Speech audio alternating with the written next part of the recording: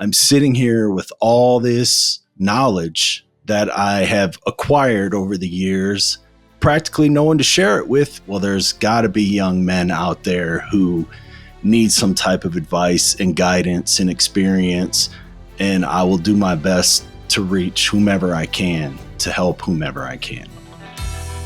You're a man living in the modern world in a time when men and manhood are not what they once were. You live life on your own terms. You're self-sufficient. You think for yourself, and you march to the beat of your own Welcome to drum. Cyberman When life Podcast, knocks where you we down, aim to make you get men back up, masculine because in your again. gut, I'm you your know man, that's what Nicky men Ballou. do.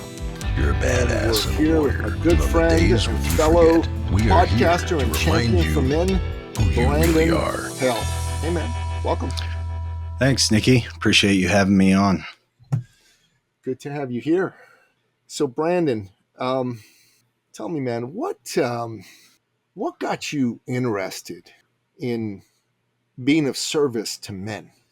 Wow. So that's a great question, and it's actually, there's a few reasons for that. So I am a father of 3 sons, and I have a 27-year-old son and an almost 18-year-old son, and they come from, broken homes, if you will. The mother and I are not together with them, and it's been a struggle to get them to listen to my advice and guidance in life, that I've had to learn the very hard way because I had no father figure growing up. And so I just felt like I'm sitting here with all this knowledge that I have acquired over the years, and practically no one to share it with because my own sons don't want to hear it. So I thought, well, there's got to be young men out there who need some type of advice and guidance and experience, and I will do my best to reach whomever I can, to help whomever I can. It's always sad when a family breaks up. I myself went through that. I have 2 sons, one 19, one 17, and the mother and I aren't together, but I'm very grateful that my sons have been with me through their journey growing up. And I was able to impart some of my knowledge and wisdom. I don't know how I would have handled it if I wasn't. So, man, kudos to you for taking the lemon that life gave you and turning it into lemonade. One of my guests on my business podcast was Brian Tracy, the legendary personal development author and speaker. He wrote the book Eat That Frog and Goals and many, many other books. He sold millions of copies of his books. And when I had him on the show, he said something to me which has stuck with me. It just goes round and round through my head, through my soul, through my body, through my being. And it's life is happening for you, not to you. So I just tell that to myself. It's happening for me, not to me. For me, not to me, every day. And you really embodied that. So kudos to you for doing that. What had you be able to turn this potentially negative thing into something beautifully positive? Just the person that I am, the man that I am. If I could back up a little bit, they have mothers that don't align with my ideas and thoughts, obviously why we're divorced and not together anymore. And they're giving my sons the opportunity to take the easy route, live life the easy way, just sponge off your mother and let mom take care of you. And, you don't have to turn into a man. You don't have to be a provider. And, it's obviously goes against everything I think and feel. So it's very disappointing as their father that they are choosing the easy route because the easy route is being provided to them. But I know there are other young men that they don't have an easy route. I didn't have an easy route option. I had to join the Air Force when I was 17 because I came from a poor family where alcoholism and drug addiction was just all around me. And I knew I had to make my own way in life. And And by God, I would have loved to have someone that I could have spoken to in my difficult times and helped me get through my journey and my forks in the road in life. And I just want to be that for someone or someone's. I want to make sure that they don't have the missing link that I had when I was younger and just had to go through all the hard knocks and the sometimes bad choices because I wasn't sure which way to go. And maybe I made the wrong choice. I mean, who knows, right? We all are supposed to be where we're supposed to be, but maybe I could have made some different choices along the way. And I'd like to be that for someone else. Brother, it's a beautiful thing that you have been able to look at things in this way. So you joined the Air Force when you were 17. Trying to imagine what it would have been like for a young man of 17 to join the military. Walk me through that. Well, it was both scary and great for me at the same time. Obviously quitting wasn't an option. I had nothing to go back to. I was given $20 a bus ticket to Cleveland, Ohio to catch a plane and go to military boot camp. And so failure was not an option. And at 17, I was not ready. I was immature. I didn't know what it took to be a man, being raised by a single mother. And I had to grow up really, really fast. I had to learn responsibility and just all the things that come with being a man, honor, integrity. I had honor and integrity, but, to the next level, to the next degree, accepting blame when you're at fault, not placing blame on others or giving excuses, just all the things I had to learn. And I had to learn it quick because I was a cop and I was going to be carrying a loaded weapon every day for work with the potential to shoot someone if necessary, if I had to, at 17 years old. So a lot of growing up had to happen in a hurry, and it was great for me. And I've never looked back. I've been taking care of myself since I was 17, and I've had highs and I've had lows, but it's always just been me taking care of myself. So at 17, you became an MP, military policeman? Yes. Damn. You're like a little mini Jack Reacher, eh?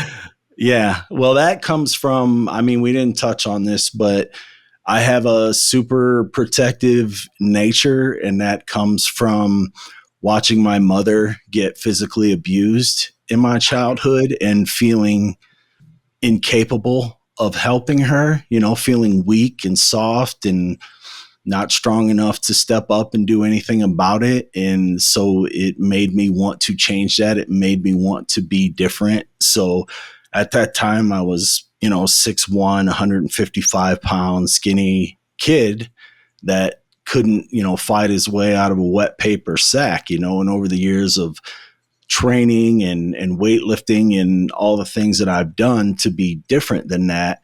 Now I'm 6'1", 235 pounds, really strong. And I feel like if I need to protect someone, even a stranger, I'm not afraid to step in and take that and protect someone. Yeah. Amen, man. So how long were you in the military for? Well, I did 2 stints of military service. So I served 4 years in the Air Force. And then about 9 years later, I turned around and served 4 years in the Army as well. Oh, wow. 2 stints. So yes. How come you decided to go back?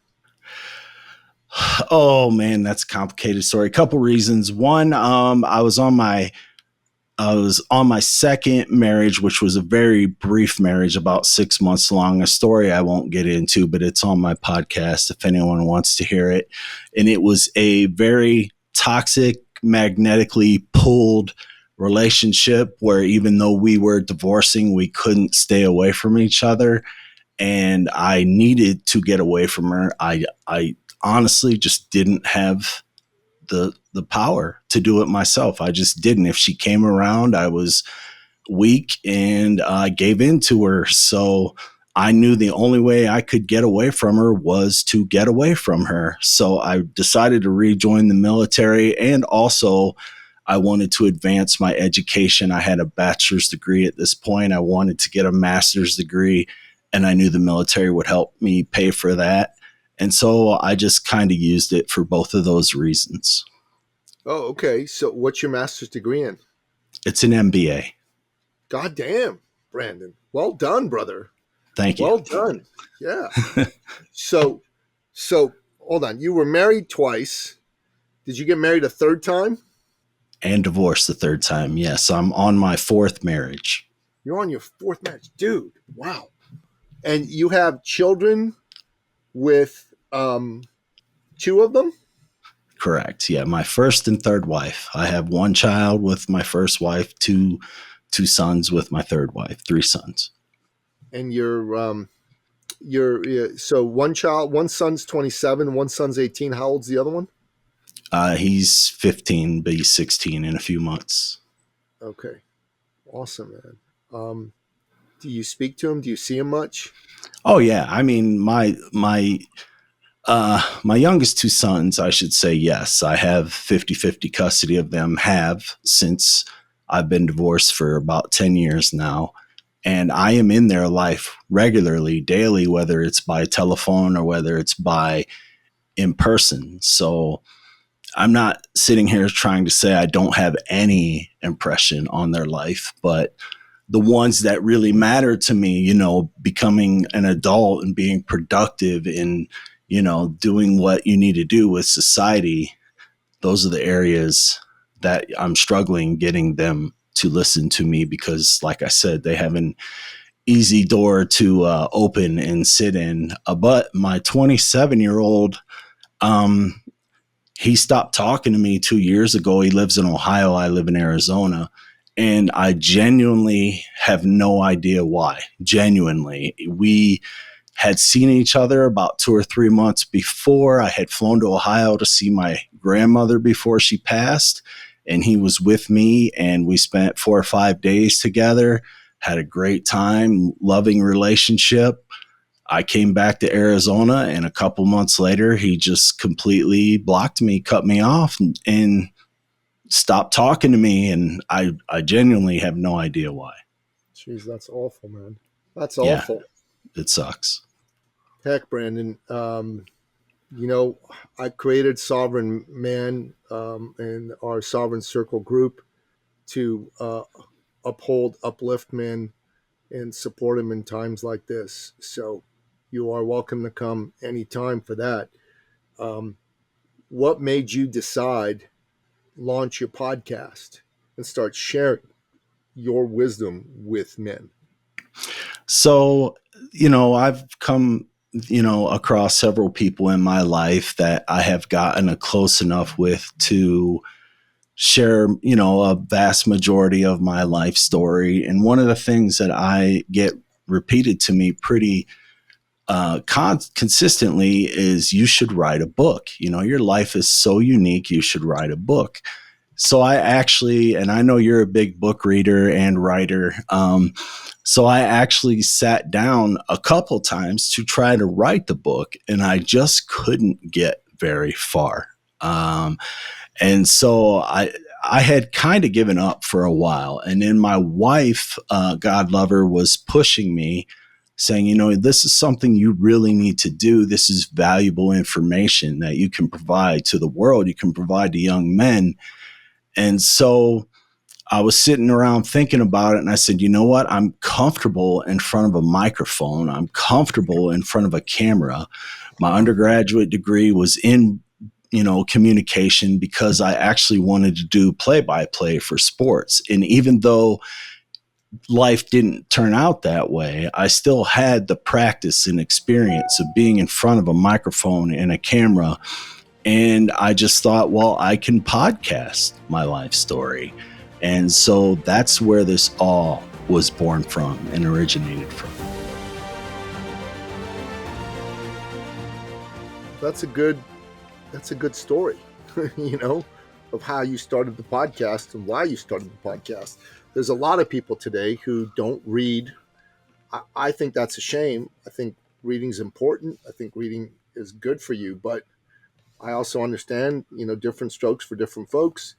And if you were able to use your ability to be a broadcaster to get your story out there, that's a beautiful thing, right?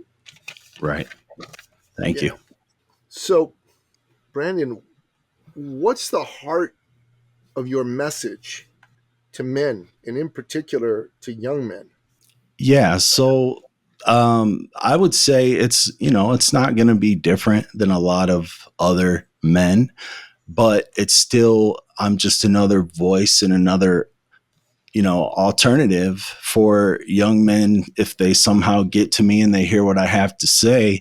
And it's just essentially, this too shall pass, right? You go through tough times in life, really down times, and we get short-sighted in our focus, myself included.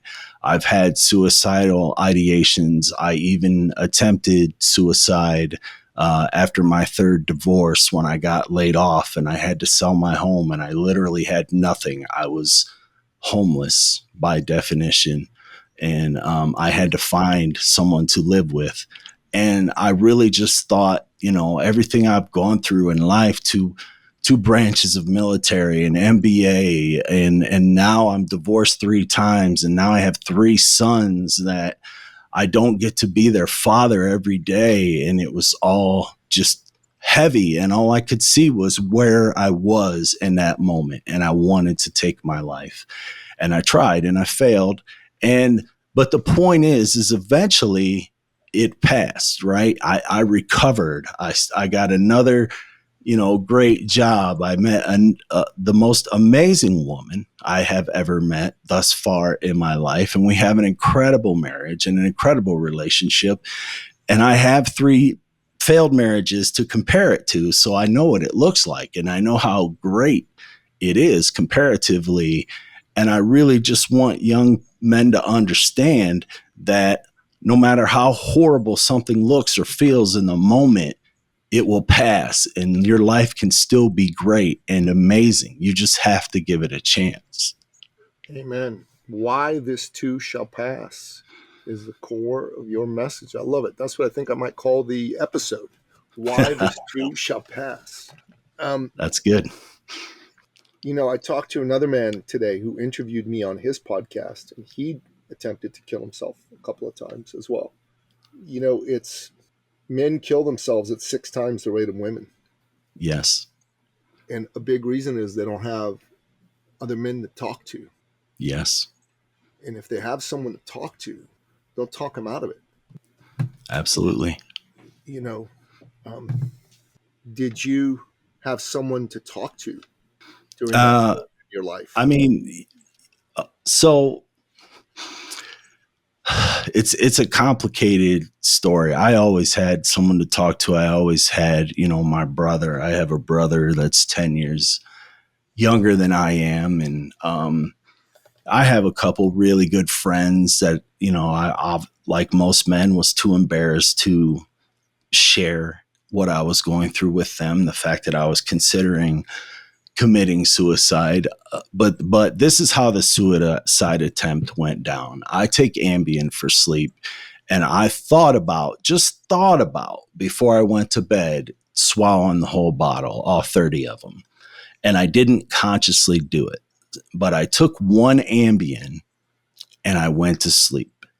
And somewhere while I was asleep, I woke up, but didn't know, opened the whole bottle of Ambien and swallowed the whole thing while I was on Ambien. And so I kind of subconsciously attempted suicide. And I didn't show up for work, and a coworker was worried about me. And when I wasn't answering my phone and I wasn't getting back to them, they called someone to do a welfare check on me. And then when they couldn't get a hold of me, they sent an ambulance, and the ambulance rushed me to the hospital, and, they flushed it out of me, and they saved my life. But But I saw that as a sign, as of, it's not over for me. I'm not meant to die. I'm meant to still go on and do greater things with life. And I genuinely believe that. And that's also a big part of why I'm here doing what I'm doing as well. That's another good name for the podcast episode. It's not over for you. Yeah, man. I got to choose. Sorry. If there's a message you have for a man who's hurting right now, Brandon, what would it be? I would say learn from the pain. That's the best you can do from any difficult time, any failure, anything you wish could have gone differently or done differently, is learn from it to do your best to make sure you don't find yourself in that situation again. Obviously, we don't have control of everything and how everything works. All we can do is best position ourselves so we can minimize the damage that impacts us in the future. And that would be my biggest takeaway, is just learn as much as you can about whatever it is you're going through, and then put that into practice on how you can be better. Amen. Amen, man. Amen. In ancient Greece, young men were paired with an older man to mentor them through life. They also had that gay lover thing going on between the young man and the old man. That part wasn't so cool, but the part about that older man sitting down with you and helping you go through life with some guidance, that's something which we are sorely missing in this day and age. Men today need other men to come and guide them, men who've been there and done that, so they can avoid the pitfalls that are all too easy to fall into. And I think if I had had more of that in my life, I would have made fewer mistakes. I'd probably be making more money. And I'd probably have my relationships be way better. And I believe when a man like you, who's gone through a hell of a lot, is able to look at the hell that you've gone through, and instead of saying, oh my God, life sucks, can find some meaning, some purpose in that hell, and is ready to stand up with that purpose and reveal himself naked and alone, as it were, to his fellow man and say to him, hey, I went through this hell. Maybe you don't have to. Let me give you the benefit of my experience so you can avoid this hell. I think that's fucking awesome. Thank you. I mean, I completely agree with you. And, to piggyback on what you were saying, there was a time in our lives where divorce was much less an option. And so fathers were able to be a part of sons' lives and be a father figure and pass some of that stuff down the way it was meant to be done. But, this high divorce rate society that we live in is one of the main problems that I feel that things are the way they are. And I know personally for me with 3 sons, that's a huge reason why I'm in the situation I'm in. I literally told my soon to be 18-year-old son, like, son, I am lighting a path for you. Like, the path is in front of you, lights on it. All you have to do is walk down it. You listen to me, I will walk you down that path, and I will save you so much problem and heartache and uncertainty. All you have to do is listen to me. I literally said that to him. And he just said, well, I guess I'm going to have to learn the hard way, Dad. Well, and it breaks my heart. At some level, I understand that, because there's a point in a young man's life where he's got to be his own man. Sure. I have a 19-year-old son, and he is his own man right now. And I give him advice, but, he's going to do what he's going to do. Right. Maybe you got to tell your son, don't just tell him, listen to me, just say, son, do what you got to do. I'm here. If shit gets too real for you, just know you can call me. That's all you do. And he will tell you what he's going to tell you when he's ready to. The stages of a father-son relationship are, first, father can do no wrong, right? You're the hero. And then there comes a point in time where you don't know anything. No, well, not at first. There comes a point in time where the boy starts to see, well, you're not a hero, 100%. You got flaws, but he still needs guidance. And then comes a time where he's in what we call the fuck you dad mode, which is it's not that you don't know anything. It's just he doesn't want your influence anymore. He's like, fuck off. Let me figure it out. And then after that comes a point in time where the boy starts to see, holy shit, maybe my dad wasn't such an idiot after all. And then he starts to look back on his life and he goes, oh, fuck, a lot of who I am today is because of what my dad showed me or tried to show me.